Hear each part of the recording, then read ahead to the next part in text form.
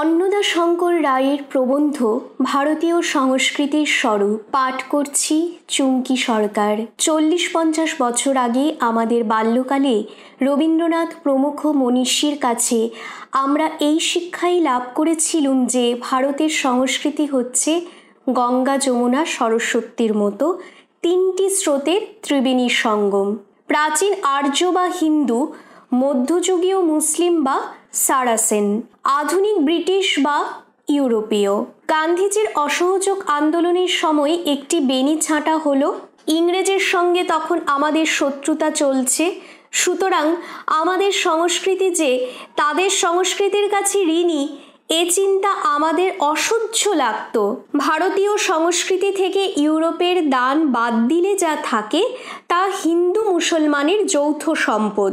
গঙ্গা যমুনার যুক্ত বেনি, সরস্বতী একদম লুপ্ত। রবীন্দ্রনাথের এটা ভালো মনে হয়নি, কিন্তু কে শোনে তার প্রতিবাদ? আমরা তখন নিশ্চিত জেনেছি যে গোটা ইংরেজি আমলটাই আমাদের ইতিহাসে প্রক্ষিপ্ত, ওটা আমাদের উপর গায়ের জোরে চাপানো হয়েছে। আমরা যদি ওর দ্বারা সম্মোহিত হই তবে আমাদের সেটা দাস মানসিকতা। রামমোহন থেকে রবীন্দ্রনাথ পর্যন্ত সবাইকে আমরা দাস মানসিকতায় দাগি করে আত্মপ্রসাদ বোধ করলুম। কেবল ছাড় দিলুম সিপাহী বিদ্রোহের নায়কদের এবং তাদের মানসিকতায় দীক্ষিত হিন্দু মুসলমানদের। খেয়াল ছিল না যে ইংরেজের উপর রাগ করে আস্ত আধুনিক যুগটাকেই বর্জন করছি। তারপর বেঁধে গেল হিন্দু মুসলমানে দাঙ্গা। প্রথম তার পেছনে আমরা একমাত্র ইংরেজের হাত দেখতে পেলুম, কিন্তু সাম্প্রদায়িক রোয়েদাদের পর আমাদের চোখ থেকে পর্দা সরে গেল। মুসলমানের উপর রাগ যতই বাড়তে থাকলো ততই আসতে লাগলো মুসলিম ধারা সম্বন্ধে বিতৃষ্ণা। একটু একটু করে আরেকটি বেনি ছাঁটা গেল, সেটা মুসলমানেরও ইচ্ছায়। সংস্কৃতি বলতে আমরা বুঝলুম মুসলিম বর্জিত। তার মানে একাদশ শতাব্দীর পূর্বের, যখন সোমনাথের মন্দির কলুষিত হয়নি, আর ওরা বুঝলেন হিন্দু বর্জিত। তার মানে আরব, ইরান প্রভৃতি মুসলমান অধ্যুষিত দেশের, যেখানকার রাষ্ট্র নাকি ইসলামী রাষ্ট্র। পাকিস্তান হাসিল হবার পর অনেকে আশা করেছিলেন যে হিন্দুস্থান প্রতিষ্ঠা হবে, সেখানকার সংস্কৃতিতে কেবলমাত্র গঙ্গাই থাকবে, গঙ্গা জলের শুদ্ধতা নিয়ে। যমুনা থাকবে না, সরস্বতী থাকবে না। ইতিহাস থেকে প্রায় 1000 বছর কাটা পড়বে, কিন্তু ইংরেজির বদলে হিন্দি শিখতে হবে শুনে টনক নড়ল। তখন ইংরেজির খাতিরে ইংরেজ আমলটাকে কোনো রকমে হজম করা গেল, অন্তত ইংরেজি শিক্ষাটাকে। ইংরেজ আমলটা যত খারাপ হোক না কেন, ইংরেজি শিক্ষার প্রবর্তনটা বেশ ভালো কাজ হয়েছিল। তবে তাতে রামমোহনের বাহাদুরি নেই। তিনি যে মুসলমানদের দ্বারা পরিবৃত থাকতেন সেটা নিষ্ঠাবান হিন্দুদেরই সুকৃতি। রামমোহন গেলে রবীন্দ্রনাথও যান, ব্রাহ্ম সমাজ যায়। থাকেন তাহলে শশধর, হাকশলী ও গুজ। ইংরেজ আমলে ওইটুকুই আমাদের লাভ, আর সব লোকসান। এই কয় বছরে মাথা অনেকটা সাফ হয়েছে, তবে যবন বিদ্বেষ এখনো বিদ্যমান। সরস্বতীকে স্বীকার করে নেওয়া হচ্ছে, কিন্তু যমুনাকে না। উত্তরপ্রদেশ যেখানে গঙ্গা যমুনার সঙ্গম, সেখান থেকে যমুনাকে সর্বতোভাবে সরাতে হবে। শাসনতন্ত্রে উর্দু পড়ানোর বিধান আছে, তবু উর্দু পড়ানো চলবে না। মুসলমান যদি থাকে তো হিন্দি পড়তে বাধ্য, তাও যদি সে পড়ল তবে তার গরু খাওয়া বন্ধ করতে হবে। এবার দেখা যাবে কেমন করে সে থাকে। তা সত্ত্বেও যদি থেকে যায় তবে অন্য কোনো উপায় খুঁজতে হবে, নইলে শুদ্ধি কেমন করে সম্ভব হবে? সংস্কৃতিকে শুদ্ধ করতে হবে। এ ভূত নামতে চায় না, যা 1000 বছর হলো মিশ্র, আজ তাকে অমিশ্র করার স্বপ্ন দেখা হচ্ছে। 1000 বছর? তার আগেও কি সে মিশ্র ছিল না? শক, হুন, কুষাণ ইত্যাদি কি বাইরে থেকে এসে গঙ্গা প্রবাহে মধ্য এশিয়ার বাড়িধারা মেশায়নি? আরও আগে আর্য, দ্রাবিড়, মঙ্গল, কোল ইত্যাদি। বৈদিকের সঙ্গে বৌদ্ধ, স্বরদর্শনের সঙ্গে আরও 6টি দর্শন, আস্তিক্যের সঙ্গে নাস্তিক্য। সংস্কৃতির স্বভাবই এই যে তার মধ্যে বহু শতবিরোধ, স্ববিরোধ থাকে। যে সংস্কৃতি নানা বিবাদী সুরকে সঙ্গতি দিতে জানে না, সে তার শুদ্ধতা নিয়ে কালো গর্ভে বিলীন হয়। আমাদের সংস্কৃতি যে এখনো বিলীন হয়নি, তার কারণ বৈচিত্র্যকে অশুদ্ধ বলে বর্জন করা যৌবনকালে তার স্বভাব ছিল না। এ ভাব এসেছে বৃদ্ধ বয়সে। জরাকে যৌবনে পরিণত না করলে সে আমাদের নবলব্ধ স্বাধীনতাকেও জরাগ্রস্ত করবে।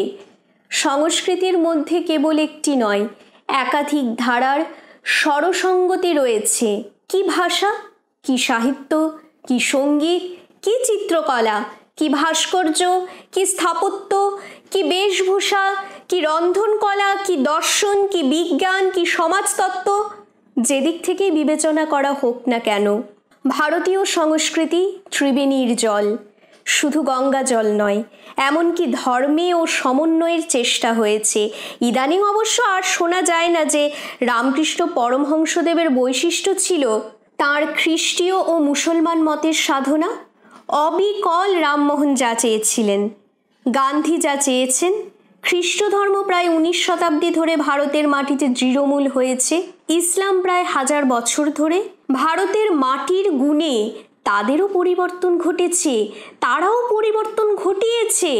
তার ফলে বিশুদ্ধ হিন্দু বা বিশুদ্ধ মুসলমান বলে কেউ নেই। বিশ্বাসের দিক দিয়ে সকলেই অল্প বিস্তর মিশ্র। 3টি বেনির মধ্যে গঙ্গা চিরদিনই বড় ছিল, চিরদিনই বড় থাকবে, তা বলে যমুনা ও সরস্বতী উড়ে যাবে না।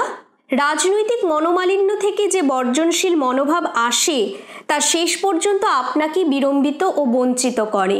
ইংরেজি পড়ব না, উর্দু শিখব না, 150 বছরকে অবহেলা করব, 1000 বছরকে অবজ্ঞা করব, এতে আমাদেরই ক্ষতি।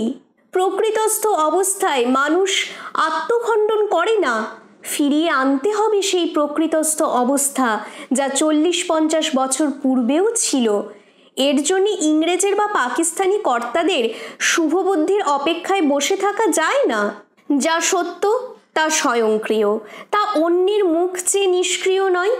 ভারতের সংস্কৃতি যদি ত্রিবেণী সঙ্গম হয়ে থাকে, তবে তাই কয়েক বছরের দুর্ঘটনার ফলে ত্রিধা বিভক্ত হতে পারে না।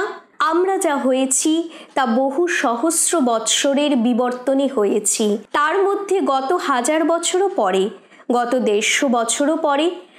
মুসলমান আমল ও ইংরেজ আমল অকারণে হয়নি, অকারণও হয়নি। শান্তভাবে চিন্তা করলে বোঝা যায় এসব অবশ্যম্ভাবী প্লাবন আমাদের জাতীয় জীবনের ঊষরতম মুহূর্তে ঘটেছে ও উর্বরতা বিধান করেছে। ভাঙন অপ্রীতিকর, পলিমাটি প্রীতিকর। ভাঙনের কথা মনে পুষে রাখবো না, পলিমাটির উপর নতুন ফসল ফলাবো। ত্রিবেণীর সঙ্গে আমি আরেকটি বেনি যোগ করতে চাই, সেটি ভারতেরই চির উপেক্ষিত লোকসংস্কৃতি। গঙ্গা, যমুনা, সরস্বতী আমাদের সকলের দৃষ্টি জুড়েছে। দৃষ্টির অন্তরালে রয়েছে ফল্গু। লোকসংস্কৃতির চর্চার জন্যে কোথাও কোনো ব্যবস্থা নেই। বিশ্ববিদ্যালয়ের ছাত্ররা তার ধার ধারে না। মাঝে মাঝে গ্রামের গায়কদের শহরে এনে গান করানো হয়, সেটা তাদের স্বস্থান নয়, সেখানে তাদের উপযুক্ত আবহাওয়া নেই। মাঠের রাখালকে এনে মঞ্চে দাঁড় করালে সে মাঠের অভাবে মিঠে বাঁশি বাজাতে পারবে না। সাঁওতাল সং সাজবে, বাউল বেল্লিক হবে, এদের চরিত্র ভ্রষ্ট করে কার কি লাভ? লোকসংস্কৃতির দিকে মন যাচ্ছে, এই যা সুফল, কিন্তু এতে বিশ্বাস রাখতে হবে এটা চতুর্থ একটা ধারা, অথর্ব বেদের মতো সবচেয়ে পুরাতন অথচ সবচেয়ে নতুন। এর ইতিহাস কেউ জানে না, অথচ সকলের ইতিহাস এর মধ্যে সংরক্ষিত হয়েছে। এক একটি রূপকথা প্রায় প্রাগৈতিহাসিক, এক একটি ছড়ার বয়সের গাছ পাথর নেই, অথচ মুখে মুখে ঘুরতে ঘুরতে তা নিত্য নবীন। ভবিষ্যতে যারা সংস্কৃতির গর্ব করবে তাদের এই 4টি পরীক্ষায় উত্তীর্ণ হতে হবে: বৈদিক বৌদ্ধ সংস্কৃতির ম্যাট্রিকুলেশন, মুসলিম সংস্কৃতির ইন্টারমিডিয়েট, পাশ্চাত্য সংস্কৃতির বিএ আর লোক সংস্কৃতির এমএ। ইচ্ছা করলে উল্টো দিক থেকেও পাশ করা যায়, কিন্তু শিক্ষা অসমাপ্ত রয়ে যাবে যদি এর কোনো একটি অঙ্গ বাদ পড়ে। 4টি অঙ্গ মিলেই আমাদের সংস্কৃতি চতুরঙ্গ।